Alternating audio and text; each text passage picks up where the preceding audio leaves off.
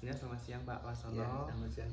Perkenalkan saya Sandi dari mahasiswa KKN UGM periode 2 dan pada siang hari ini ingin mewawancarai jenengan terkait proses budidaya dari tanaman indigo vera seperti itu Pak. Bersedia ya Pak? Ya, bersiap. Semampu saya nanti saya sampaikan. Kalau yang kurang nanti jenengan cari sendiri di lain. Iya, mungkin pertanyaan dari saya itu tentang itu Pak, tahapan dari budidaya tanaman indigo vera itu apa aja dan mungkin bisa dijelaskan dari mulai awal sampai akhir panen seperti itu Pak. Yang pertama kali kita membuat persemaian. Pertama kali kita membuat persemaian.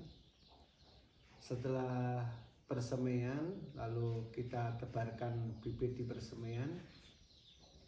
Itu kita tunggu sekitar 1 sampai 1,5 bulan, baru kita bisa pindah persemaian itu dicabut lalu dipindah di lahan tanam.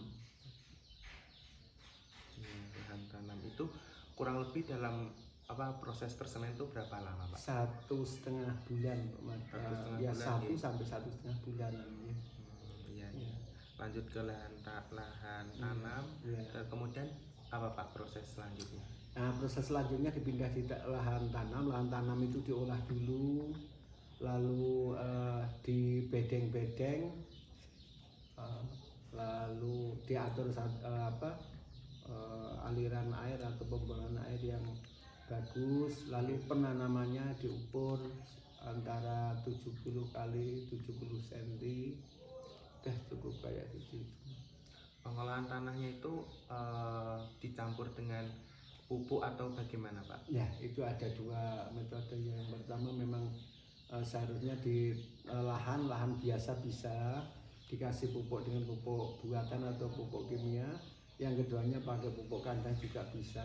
Kalau pupuk kandang supaya bisa irit itu setiap 70 cm dikasih pupuk dulu, setelah itu baru ditutup. Terus setengah bulan kemudian baru ditanami, itu yang paling irit. Kalau tanah dicampur sama pupuk, ya dikombinasi tanah sama pupuk dicampur itu terlalu mahal biayanya, pengolahannya tanah juga mahal, lalu pupuknya juga memerlukan pupuk banyak. Misalkan 0,1 hektar itu tidak cukup dengan 2 atau 3 ton, tidak cukup. Tapi kalau dengan dilubangi lalu dikasih pupuk kayak gitu, itu sangat irit, mungkin cuma 1 ton, 1,5 ton sekitarnya. Berarti lebih efisien. Iya, lebih efisien, ekonomis ya.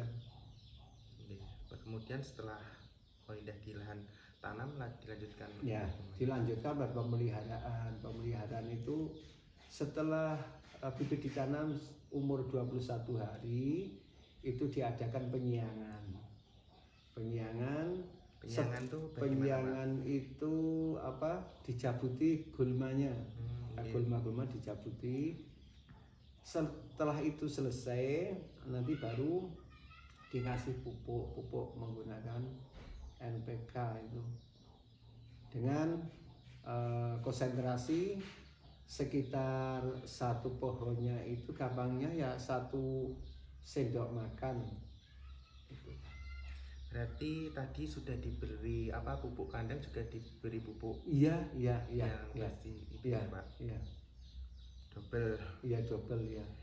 Setelah pemeliharaan kurang lebih dalam waktu tersebut, kemudian apalagi Pak prosesnya? Ya, setelah itu, setelah dipupuk nanti kita amati ada penyakit atau tidak.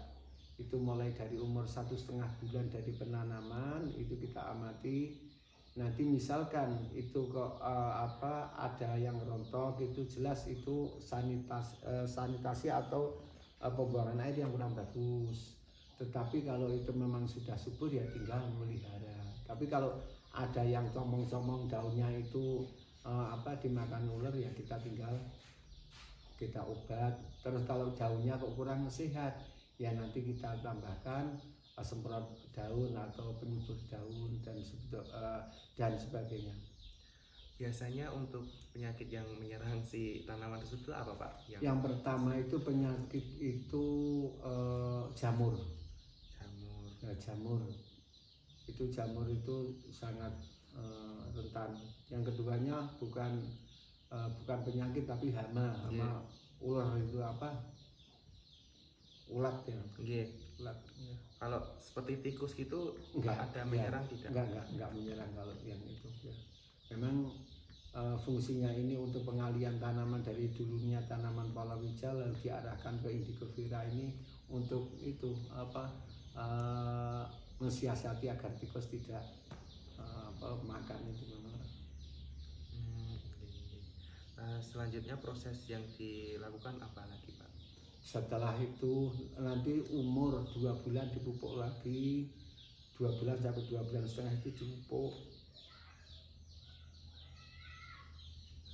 Dilanjutkan sampai ke tahap panen itu masih ada? Masih cuma itu. Setelah itu kita tunggu panen. Ya. Umur 3 bulan sampai 4 bulan itu. Berarti kurang lebih sampai dari awal penyemaian itu kurang lebih 5 bulan ya Pak? 5 bulanan. 5 bulan.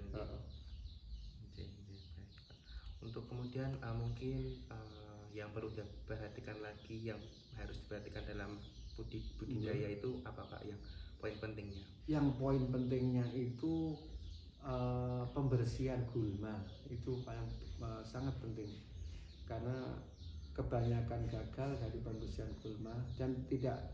Kalau ini termasuk iklim ya, iklim sangat mempengaruhi. Di musim kemarau kayak gini harus sering-sering kita siram. Tetapi kalau di saat musim penghujan harus kita atur aliran air harus kita, pembuangan air harus kita atur. Itu yang menjadikan panen atau tidak di situ itu pengaturan air sama kebersihan gulma. Ya mungkin cukup itu dulu nih Pak wawancara pada sore ini. Terima kasih atas ketersediaan Bapak. Sekian dari saya.